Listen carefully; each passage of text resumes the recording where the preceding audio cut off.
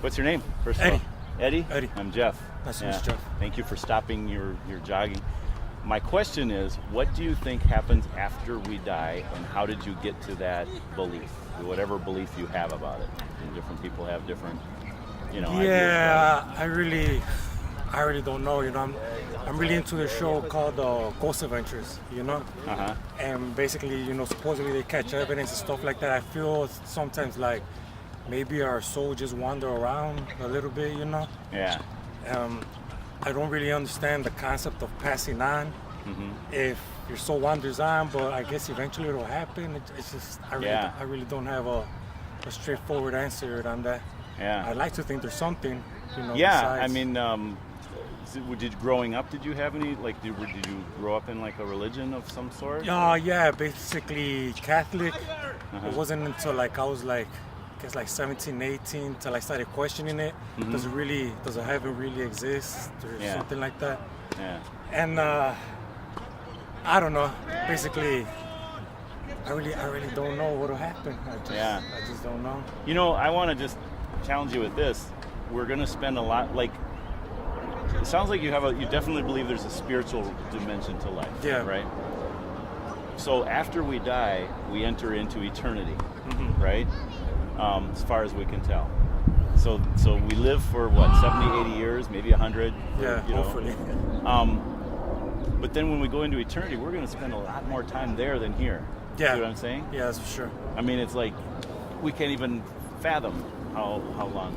And so it's definitely something to prepare for, something to, think about. Mm-hmm. We get caught up in our everyday life and diversions and entertainment and problems. Yeah. But are we really thinking about our long-term future? Where will we be in 200 years, I mean, believe it or not, I think about it a lot. It's almost actually an everyday thing, of basically death, I've grown, I live in Chicago, I live in We see it on the rough news neighborhoods, all all the time. I see it in front of me, Yeah.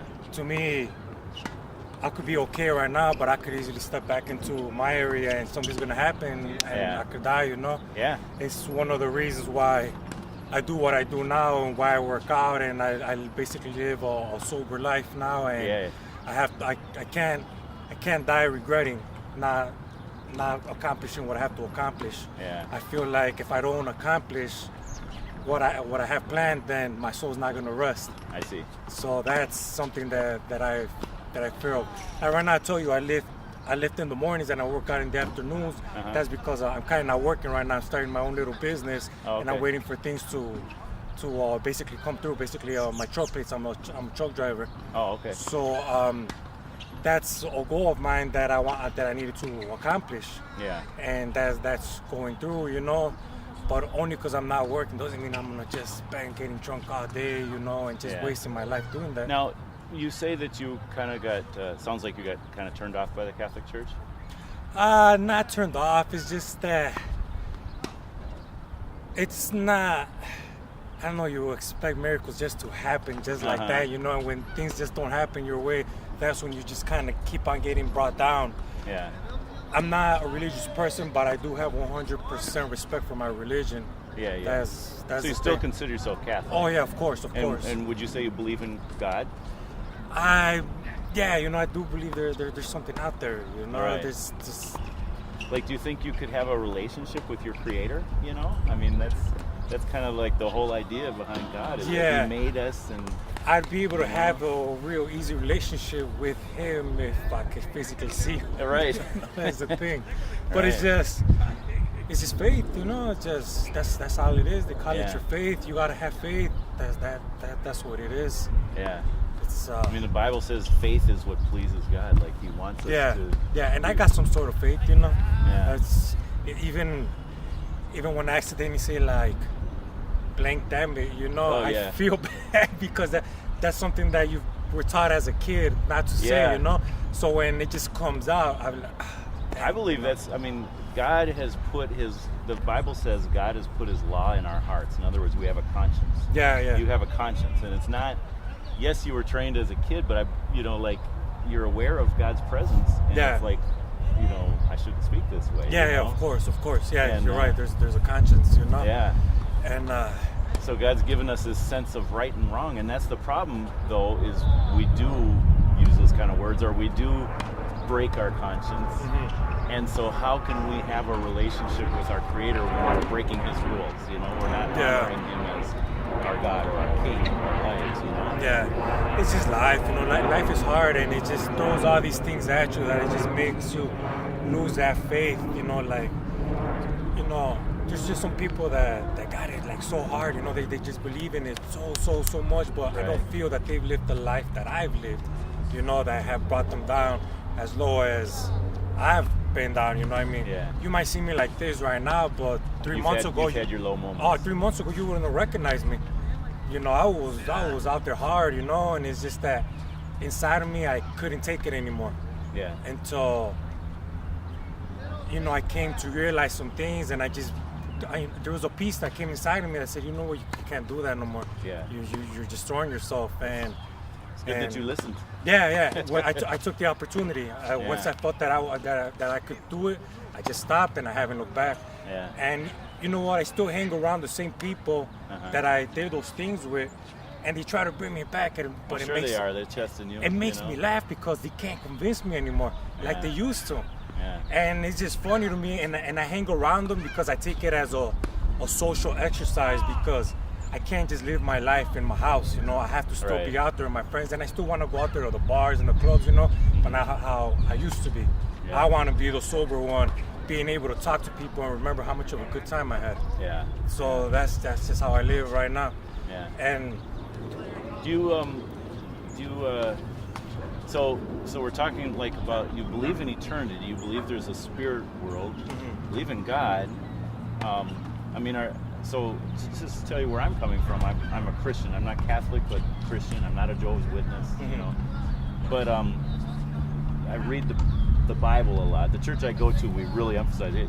The Bible is there to be read. It's God's word. We should not ignore it. Yeah.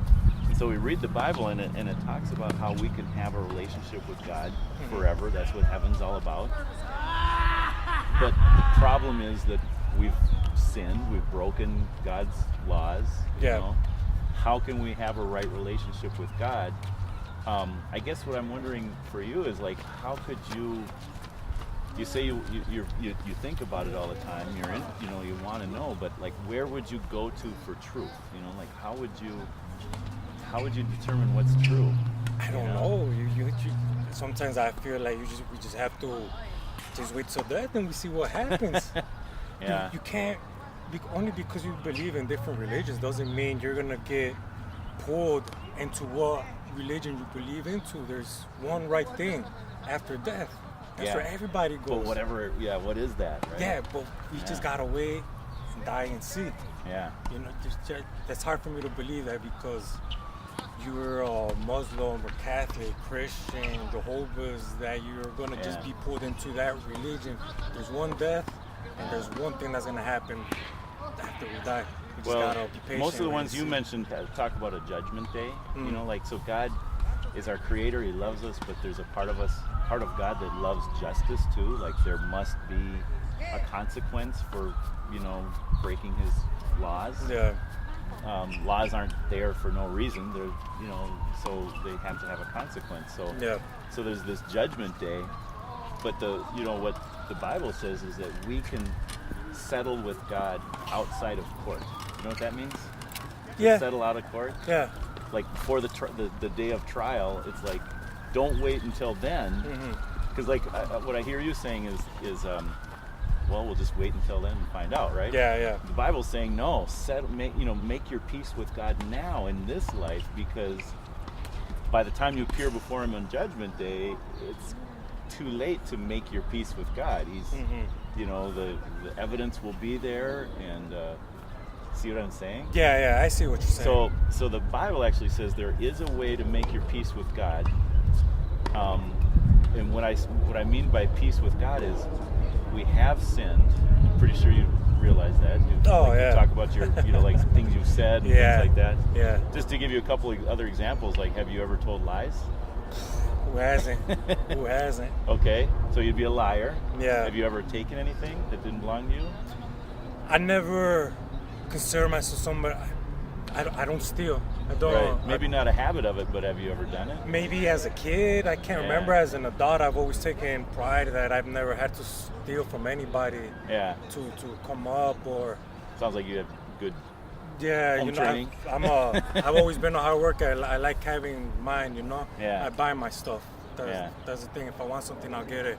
I'm own, but I'm maybe like I said, as a kid, candy or toys, you know. The point though is, like, you know, you've heard of the 10 Commandments. Yeah. Like, when I look at the 10 Commandments, I know I've broken them all in some way. Yeah. Like Jesus was talking about them, and he said it's wrong to murder, but if you're angry at your brother and you call him a name in anger, you know, like call him a fool in anger, you're in danger of the fire of hell. Yeah. So it's like, whoa, okay, I haven't killed anyone, you know, but that doesn't make me a good person. Mm-hmm. I have hurt people with my words, you know, called them bad names. Something you've done too? Probably on a daily basis, you know. I mean, kind of playing around, but there's a little bit of truth behind it, you know.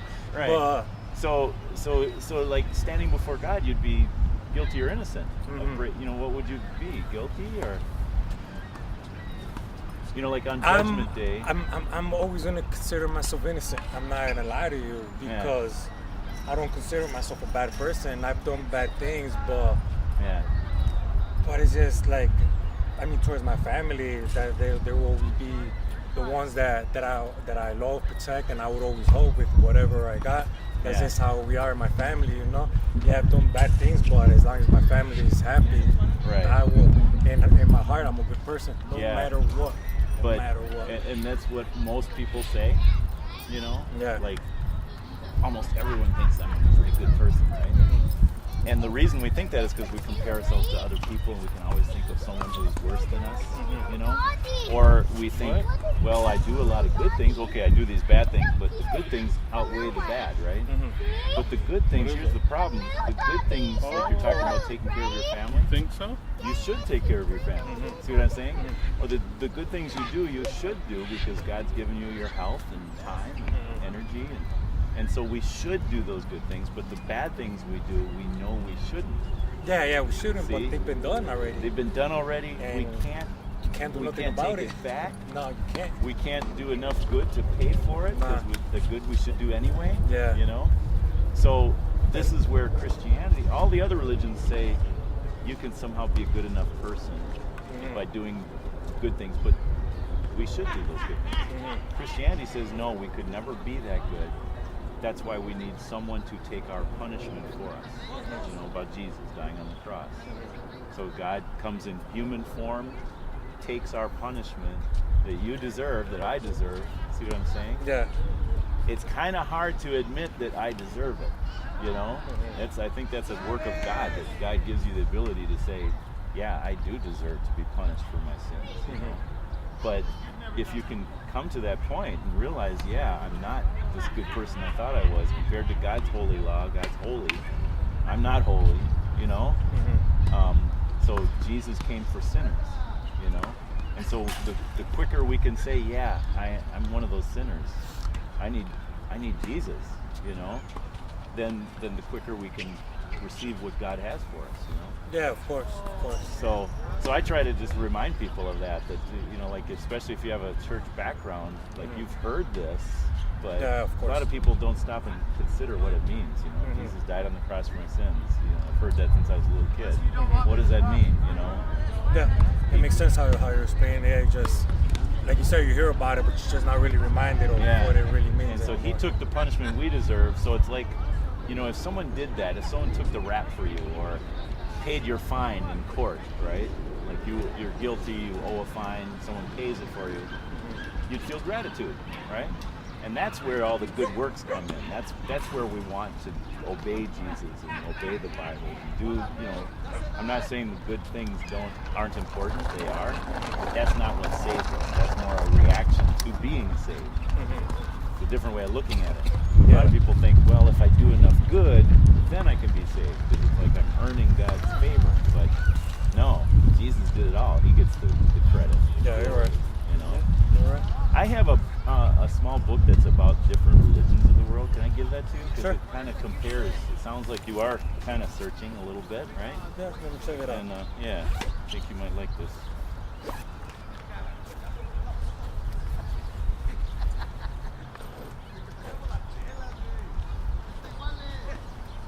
compares. So it's basically saying what you said. They can't all be right, right? Mm-hmm. Yeah. And that's why it's titled that. It's basically saying that all the religions are different, and we're going to find out which is the right one, right? Yeah. And pretty so, much. like if you compare them all, they're all basically saying if you're a good enough person, you can have this better life to come. But Christianity actually says we can't be good enough. We need Jesus. Mm-hmm. So my number's in there. I'd love to hear from you, All right, cool. Eddie. Jeff. All right. Thanks for stopping Nice to meet your jog. Yeah, no problem. All right. Have a Take nice care. day. All right.